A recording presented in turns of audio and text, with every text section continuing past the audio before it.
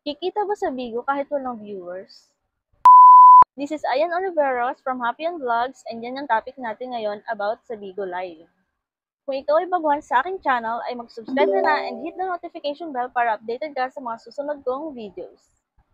Yan yung karamihan tanong. Ang dami nagtatanong sa akin kung kahit daw ba walang viewers ay kikita dito kay Bigo. Kasi ang dami daw nilang napapanood ng mga influencer na kahit wala daw viewers ay kikita pa rin. So, paano nangyari yun? So, may iba't ibang klase po kasi dito kay Bigo. So, yung mga napapanood niyo po tulad sa TikTok, lalong-lalo na talaga sa TikTok at sa mga FB Reels na nagpo-promote about kay Bigo Live. So, kung familiar po kayo sa mga ganitong words, mga ganitong scenario, sinasabi nila sa mga video nila na gawin nyo lang po itong tatlong step na to. I-click nyo po yung link sa bio ko and then mag-sign up kayo gamit ang link at mag-live kayo ng 3 hours a day at i-message nyo po ako ay kikita na kayo dito sa Bigo Live. So mga B, totoo po yun. Totoo yung ganong senaryo. Pero sila po yung kikita.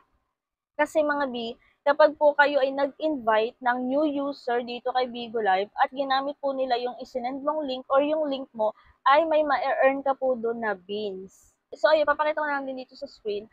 At ganun po yung ginagawa nila. So pwede silang kumita dyan. And then yung beans na yan, ay pwede rin po nilang withdrawin. Ang pag-withdraw dito kay Bigo Live ay minimum of $32 or 6,720 beans yung kailangan mong ipunin para maka-withdraw dito kay Bigo Live. So, ayun mga B, kumikita talaga sila kahit walang viewers. Kasi po, ang ginagamit nila is yung link. Doon po sila kumikita through invitation. And then, kung ikaw is host, yan. Host ka po, kailangan mong mag-live 3 hours a day at kailangan may nare-receive ka na beans galing sa mga viewers mo. So, kailangan may viewers ka po para may mag-send sa'yo ng gifts na nagiging beans. Kung ikaw ay official Bigo host. So, magkaiba po yun ha. Kasi, yung pong mga karamihan po ng nagpo-promote ng Bigo Live or nag-i-invite po sa TikTok ay mga nagpapagamit ng link nila. So, kapag yung mga new user ng Bigo ay gumamit ng link nila, kikita na po sila doon kasi yun po yung kanilang ginagawa sa Bigo. Kung ikaw po ay official Bigo host, kailangan mong mag-live ng 3 hours a day. Yun po yun, magkaiba po yun. Pero yung sinasabi nila na kahit walang viewers ay kikita, totoo po yun. Pero through link.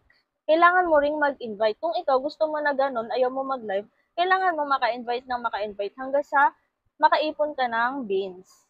So, ayun yun mga B. Huwag kayong nalilito, okay?